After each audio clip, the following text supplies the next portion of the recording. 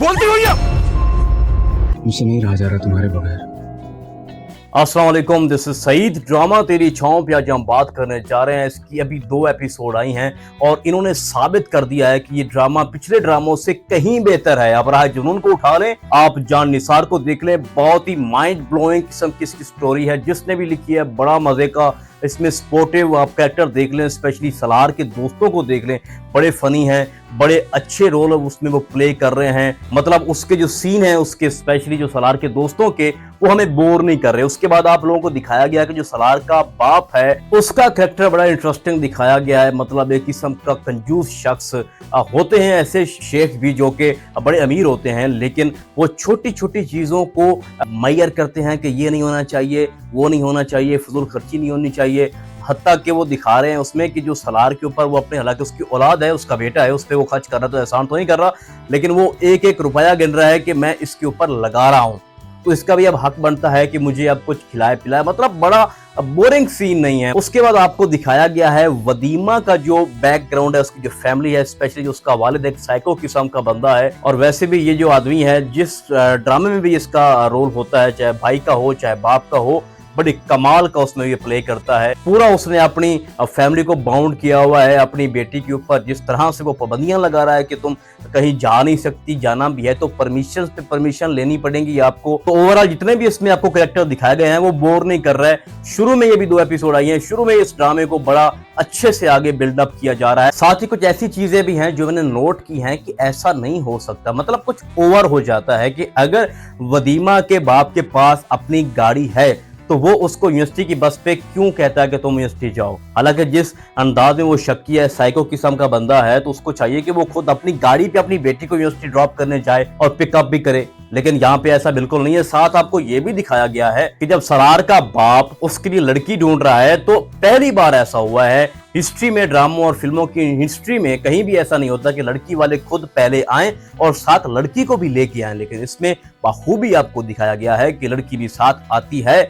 लेकिन यहाँ पे जो सबसे इंटरेस्टिंग सीन वो ये था कि जब सलार मियाँ आता है और सबके सामने वहां पे अपने बाप की बहुत बुरी करता है, और साथ उस लड़की के बाप की भी बहुत अच्छी तरह से धुलाई करता है लफ्जी कि तुम अपनी बेटी का बोझ हल्का करना चाहते हो और मेरा जो बाप है वो पैसों के लिए आपकी बेटी मेरे साथ उसका रिश्ता जोड़ना चाहता है।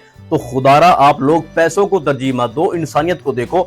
यहाँ पे एक और बहुत अच्छी चीज ऐड की गई है। मैं समझता हूँ कि पूरा स्क्रिप्ट कंप्लीट हो गया था जब सलार ने डायरेक्टली उस लड़की से बात की और कहा कि तुम में कोई कमी नहीं है, बहुत खूबसूरत हो तुम प्यारी हो, लेकिन मेरी मजबूरी है कि मैं किसी और से मोहब्बत करता हूँ। यही वजह है कि मैं इनकार कर रहा हूँ, अदरवाइज ऐसी कोई वजह नहीं है कि जिसको मैं ये कहूँ कि आप में कोई ऐसी कमी है। तो ये जो क्लैरिफाई उसने किया, डायरेक्टली उससे बात की, बहुत अच्छा ये सीन था। जिसने भी ये इसको लिखा है, माइंड ब्लोइंग। उसके बाद आपको दिखाया जाता है कि वदीमा के बाप ने अपनी बेटी को परमिशन दे दिया कि तुम जाके अपनी दोस्त से मिल सकती हो। तो वो उनको वहां पे ड्रॉप करता है, 2 घंटे का टाइम देता है और कहता है कि मैं भी इसी इलाके में हूं, अगर आप लोग जल्दी फ्री हो जाते हो तो मुझे कॉल कर देना। तो यहीं पे प्लान आगे बनेगा, यहीं पे शॉकिंग ट्विस्ट आपको दिखाया जाएगा कि यहाँ पर सलार भैया की एंट्री होगी। सलार वदीमा से मुलाकात करेगा और उसको बताएगा कि मैं तुमसे बेहद मोहब्बत करता हूँ, हर जगह मुझे तुम दिखाई देती हो। मतलब पूरा उसको चूना लगाएगा अपनी मोहब्बत का। तो आगे से वो भी थोड़ा रिएक्ट तो करेगी, लेकिन वो उससे ये पूछेगा कि अगर तुम नवीद के साथ रिश्ता जबरदस्ती आपका किया जा रहा है तो मैं आपकी हेल्प कर सकता हूँ, मैं आपको आजाद करवा सकता हूँ, बस एक बार तुम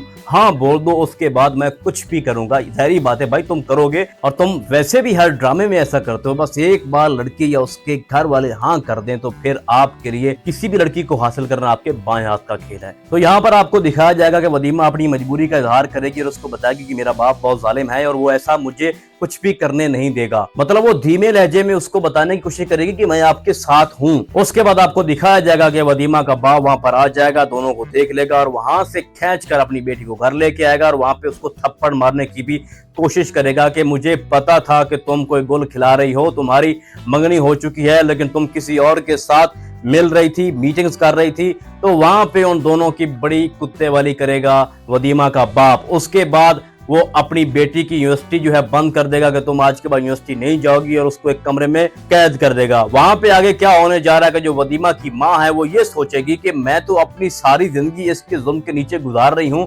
मेरी बेटी अब ऐसा क्यों करे। वो भी ये चाहेगी कि ये अपने बाप के कहने पर नवीद के साथ शादी ना करे, क्योंकि नवीद जो है वो भी एक साइको किस्म का बंदा है और इन दोनों के ख्यालात आपस में नहीं मिलते, तो वो यही चाहेगी कि उससे बेहतर तो सलार है, तो वो अपनी बेटी की हेल्प आउट करेगी, उसको आजाद करने की कोशिश करेगी। तो आने वाली एपिसोड में आप लोगों को दिखाया जाएगा कि वदीमा की माँ अपनी बेटी की हेल्प करेगी, उसको सलार के साथ मिलाने की भी कोशिश करेगी, मीटिंग्स भी वो आगे जाके एडजस्ट करेगी। मतलब जो अब आगे आने वाली एपिसोड में आपको मुलाकातें दिखाई जाएंगी वदीमा और दानिश तैमूर सलार की, तो उसमें भी वदीमा की माँ का हाथ होगा। तो आने वाली एपिसोड बहुत ज्यादा इंटरेस्टिंग है। अभी आपने इसकी 2 एपिसोड देखी है, तो आप देख लें कि कितना सस्पेंस है, बड़ा मजा दे रहा है ये ड्रामा। आप सब लोग ये देखो। मैं ये समझता हूँ कि जान निसार से कहीं बेहतर ये ड्रामा है। हमें दीवानगी 2 की लुक इसमें नजर आ रही है। तो उम्मीद करता हूँ कि आप सब लोग भी मेरी तरह इस ड्रामे को एंजॉय कर रहे होंगे। तो फिलहाल आज की वीडियो में बस इतना ही।